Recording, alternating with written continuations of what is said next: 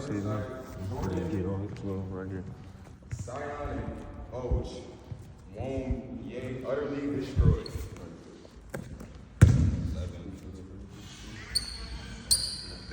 And as soon as we had heard these things, our hearts did melt. Neither did there remain any more courage in any man because of you, for the Lord your God, He is God in heaven above and earth beneath. So, we're on 12. Yeah, 12.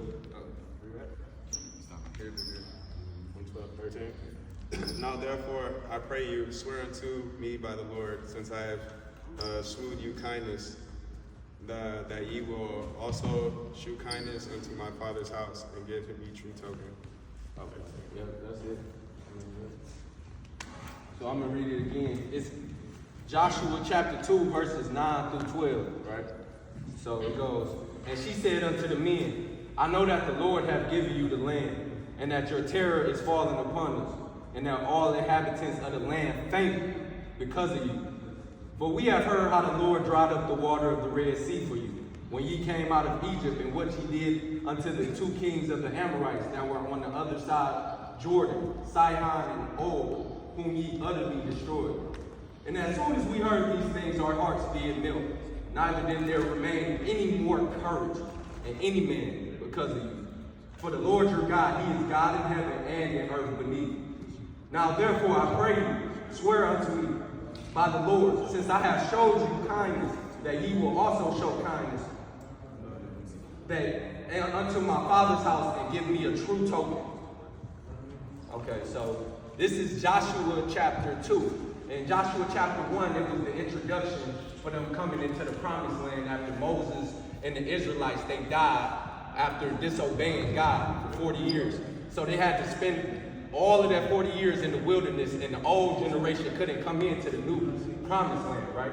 So Joshua chapter 2, they sent spies into the new promised land to scope it out, to see how it's going to look, right? So that's what they have Rahab for.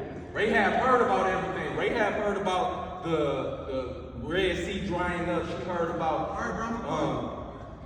how they did the kings and Og and Sihon. And now she's like, oh wow, this is an opportunity for me to move for God. This is an opportunity for me to show Him that I'm worthy, right? So God has given Rahab vision, right? Because vision, you see things that other people can't. And with Rahab, it's like she hid, protected, and she housed the spies, right? So look, it says here.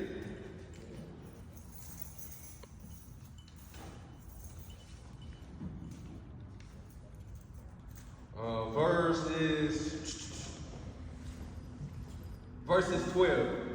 No, verses 10. They said, neither did there remain any more courage in any man because of you. Right?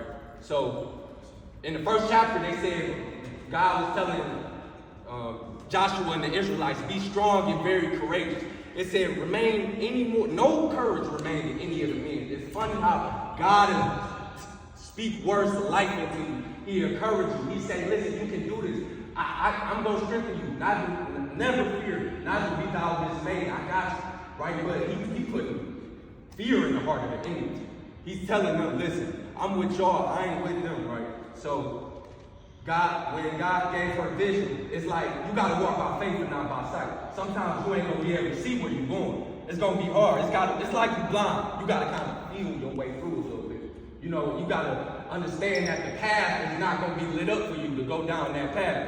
It's a journey of 1,000,000 miles starting with a single step. You can't see all the way down that path, right?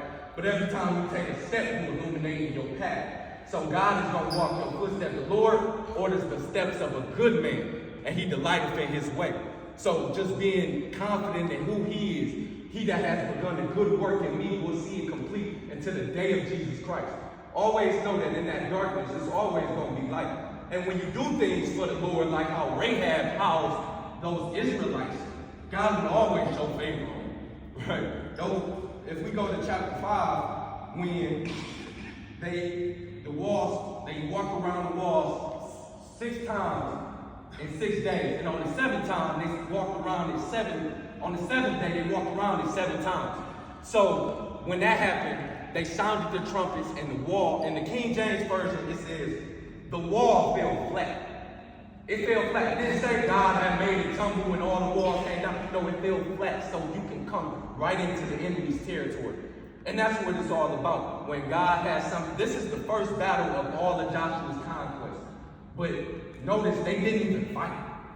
God just tore the walls down and just let them go in and conquer the king of Jericho and all the people, and that just set the tone of the battles ahead. So listen, the battle is not yours. It's always the Lord. The horses prepare for the day of battle, but safety is of the Lord. And just understand that he's going to always fight the battles. Yeah, you're going to have to fight. You're going to have to do something, but that's just how it's going to go. And, and then the king, and then they go into the next battle. And that's when they fight the king of Ai, right? And so God didn't tell them to go and take that battle. God didn't tell them to say, hey, I need y'all to go take this. They did that by themselves, by their own hearts, by their own flesh. See, when you go into a battle without God, you kind of almost gonna lose every time. Because the battle with he is, if he ain't telling you to go in there, I ain't going in there. I don't want nothing that God ain't in. I don't want nothing that I'm not taking a part in with him. That's why you gotta ask the Lord to guide and order your steps. So then they go into that same battle again. And right, so now they had a game plan, they had a strategy. They said, you know what, we're gonna tell them that we gonna draw them out, right? So we're gonna be right outside their gates because they know we coming, right? They know we done tore down the walls, they know we parted the Red Sea, they know I'm coming over here to this king, to the king of Ai, right? So they stand right at the city gates. Just like they destroyed them the first time, they're like, oh yeah, we gonna get them this time, right? So Joshua and the Israelites, they led them out. They go out into the wilderness, right? So then while Joshua and the Israelites were in the wilderness, they had another army that was on the right. So when y'all read this, when y'all get home, look right, that army on the right went inside the battle, went inside of it, and now they took the whole city. And they seen the smoke going up in the air. They're like, oh shoot, let's go back. So now that the army that was chasing Joshua and the Israelites, they're going right back into the wall, right?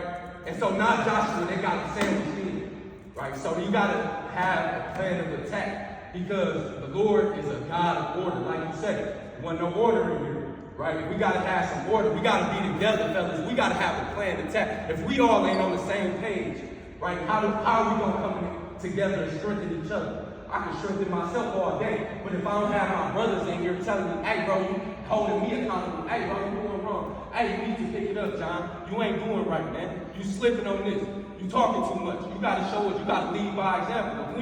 If we ain't talking to each other like that, if we ain't holding me accountable, how we gonna win the battle? Ain't no way. So we just gotta have that, man, and keep our heads up.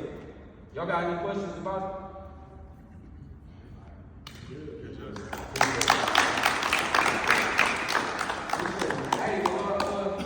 Y'all listening to, man, it means a lot. Definitely me starting my journey and, becoming a pastor and doing what I do. I'm just starting off, but for y'all to listen to me, bro, that's really means a lot. Really. Yeah, it takes a lot for me to come up here. Everybody touch up. Everybody